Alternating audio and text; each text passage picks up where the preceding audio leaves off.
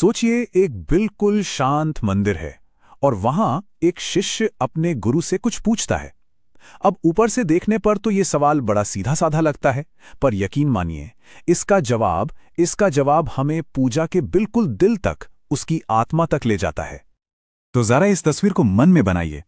एक तरफ है शिष्य का दिमाग, उसका तर्क जो कह रहा है ये तो बस एक पत्थर है, और दूसरी तरफ है गुरु जिनकी आंखों में आंसू हैं, एक गहरी भावना में डूबे हुए। हमारी ये जो खोज है ना, वो यहीं से, तर्क और भक्ति के बीच की इसी दूरी से शुरू होती है। और फिर गुरु का जवाब आता है, और वो पहला जवाब ही मानो पूरी तस्वीर बदल देता है। वो कहते हैं, पूजा कोई बाहर की चीज नहीं है, कोई एक्शन नहीं है, ये तो एक अंदरूनी अनुभव है। कुछ ऐसा जिसे आंखों से देखा नहीं जाता, जिसे सिर्फ महसूस किया जा सकता है। लेकिन शिष्य अभी भी नियमों में उलझा हुआ है। वो कहता है, पर गुरुजी, आपने तो नियम तोड़ा है। और ये जो टकराव है ना, ये बहुत मजेदार है। सोचिए, एक तरफ हैं किताबों में लिखे नियम कायदे, और दूसरी तरफ है वो प्रेम जो सीधा दिल से बह रहा है। इस पर गुरु जो कहते हैं वो इस पूरी बातचीत का निचोड़ है। वो कहते हैं, जहां नियम आ जाते हैं वहां प्रेम मर जाता है। मतलब सच्ची भक्ति को नियमों की बैसाखी की जरूरत नहीं है। प्रेम का तो अपना ही एक अनुशासन है, जो किसी भी बाहरी नियम से कहीं कहीं ज्यादा ऊंचा है। तो फिर सवाल ये उठता है कि आखिर एक पत्थर देवता बनता कैसे है? इसका राज छिपा है प्राण में। प्राण यानी जीवन शक्ति।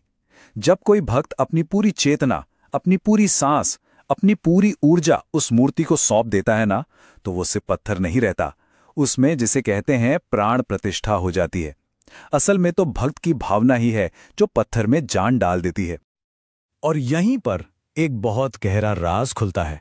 देखिए, जो मूर्ति है वो आकार है, एक फॉर्म है, पर वो मंजिल नहीं है।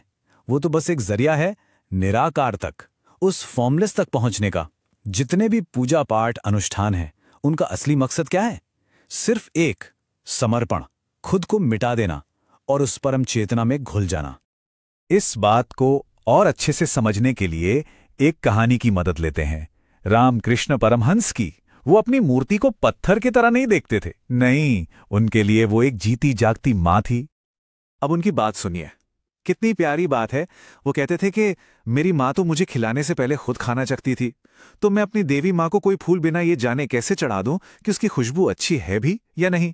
देखिए, यहां रिश्ते में नियम नहीं है, अपनापन है, गहरा प्यार है, जैसा एक बच्चा अपनी माँ से करता है, ठीक वैसा ही।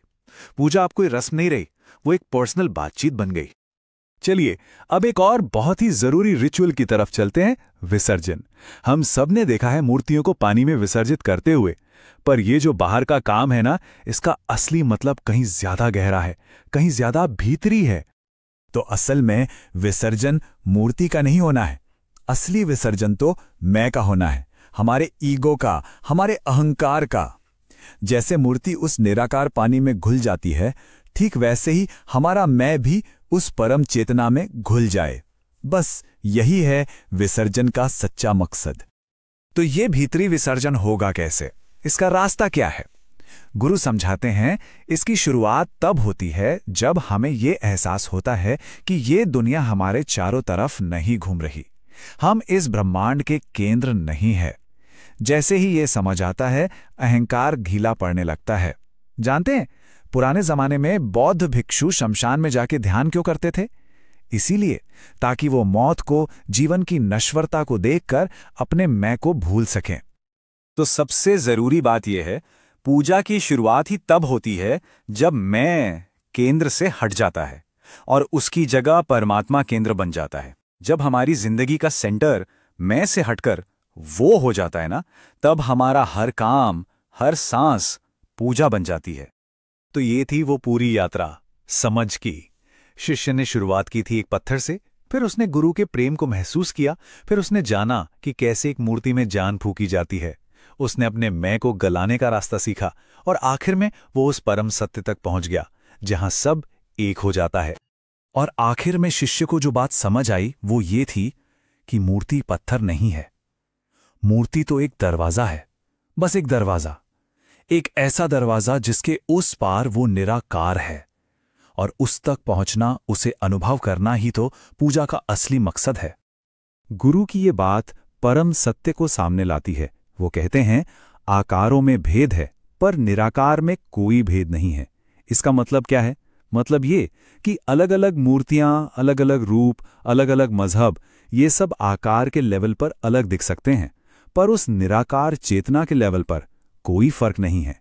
वहां सब कुछ एक है। और बस यही पूजा का शिखर है। एक ऐसा पल आता है जब पूजा करने वाला भी नहीं रहता और जिसकी पूजा हो रही है वो भी नहीं रहता। दोनों मिट जाते हैं। भक्त और भगवान का फासला खत्म हो जाता है। पीछे क्या बचता है? सिर्फ और सिर्फ शुद्ध चेतना। तो आखिर में ये सवाल हम सब के लिए है। अगर मूर्ति एक दरवाजा है तो हमारी अपनी जिंदगी में वो दरवाजा कौन सा है? वो कौन सा रास्ता है जो हमें उस निराकार के अनुभव तक ले जा सकता है? इस पर सोचिएगा जरूर।